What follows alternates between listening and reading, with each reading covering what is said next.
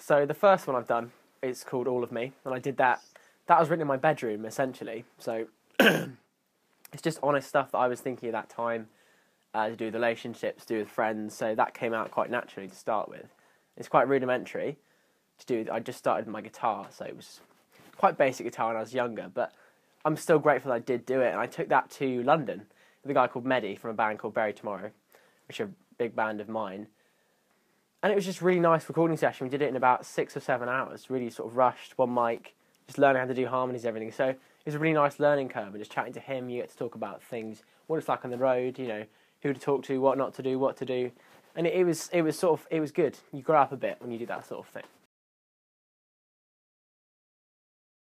Yeah, I would say that it does, in a sense that I listen to a lot of stuff which could be, it's Canadian influence, you've got American, you've got English, so you've got the flannel stuff that you get, like I think this is TK Maxx, you find it like, I love that place because you can go around, you find good deals, that sort of thing.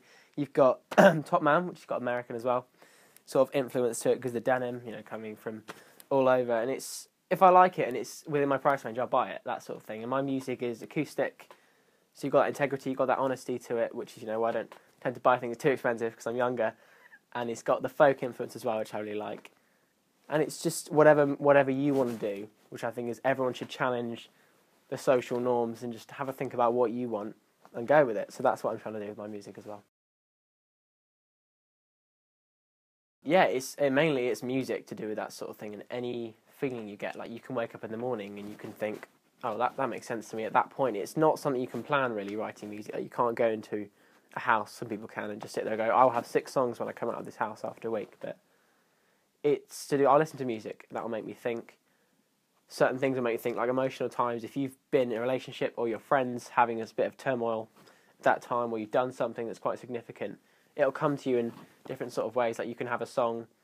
The other week I was writing a song, quite happy with it. I was going through it, thought, oh, I'll call it a night for now. Put the guitar down, I thought, that's something. And it came, I wrote a song in about 5 minutes, and it was the whole thing essentially. So I'm working on that, do some recording on. So it's, again, it's individual, it comes to you, you can't always plan it, but listening to music would be the main idea for that.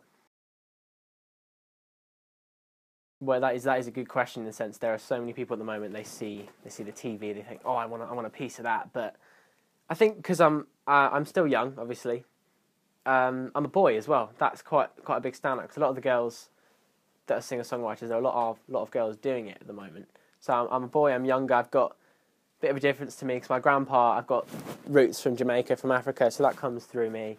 I've got my English roots as well, so I'm just a bit different, and my sound as well. I've got, I wouldn't say a completely unique voice, but everyone does in a sense, and it's the way you use it and how you write your songs. So rhythmically, vocally, personality-wise, hopefully I can make an impression. Just generally be nice to people, courteous. Musically, it'd have to be, I think, Dallas Green. He's done City and Colours and Alexis on Fire. So the songs he writes, and possibly John Mayer as well, because they're so honest, they're so different, and they're really, really nice, and they make me think those are the ones I can draw inspiration from. And personally, it would be a mix of possibly Corey Taylor from Slipknot, because he had nothing when he was a kid, and he's made his way through the music world. Now he's essentially the king of metal. He's really well respected, does his own sort of stuff, Stone Sour, so be him, yeah.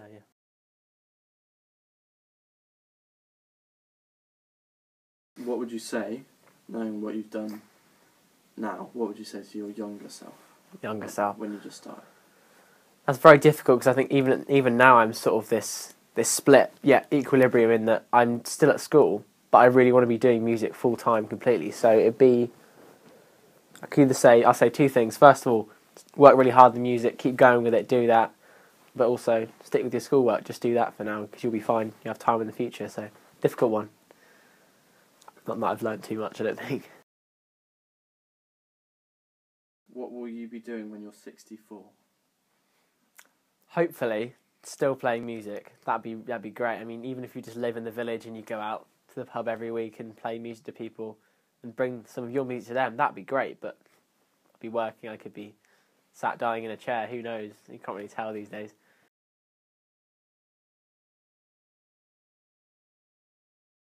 If a crayon colour described you, what colour would it be? I think a mix. I can't really go with one at the moment. I'd say there'd be a big black and white. You've got the basics. You've got the sort of the black and the white, the alpha, the omega, and there's also the red, I think, as well, which is a bit of difference, a bit of individuality, a bit of vibrance you get with life. So that to go with those, yeah.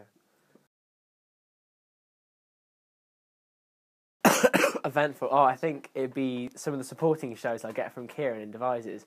So it's a tiny little venue, but big bands like Dave McPherson's come through. Jim Lockie I've done. But it was the recent Dave McPherson show, because there was 2 support acts that were really, really good, strong acts. And I thought, I've got to try and top that somehow. But I started playing, and some of my friends were there, and they crammed in. They're right at the front. They're sat at the front, and everyone was watching. They're like fixed on me, and they were completely silent. And that took a few years of playing shows around to get that sort of thing. But it's really, really nice. So that'd be that as well. But yeah. Last question. What would you like to be remembered for when you die? Quite a morbid question, but I think maybe the idea that someone somewhere has come into one of my shows at some point, whether it be now, in the past, or in the future, and gone, I like that. That's good. That's honest. That's something that I can relate to, and then they've become a fan from that point, and it's stuck in their mind, or it's inspired them, in effect, to start doing music. That would be something to be remembered for. Not even that I know about that sort of thing, but you'd hope that someone out there somewhere had that thought.